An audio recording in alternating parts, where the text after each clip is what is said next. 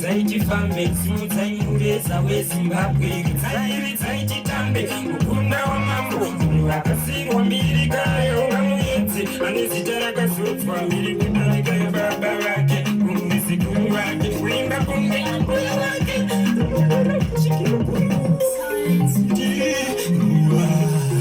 rinozoguma, regai rishaye sula, nasi kuva inozosvika, rinozopenya. Mkunda chinda guru, uyu akasimba zvikuru, mangoma makuru, rizai zvikuru, itai chifambe, simedzai mari dzakasimba, nekuti simba, iyo nyaya yacho, izvo zvinhu zvacho.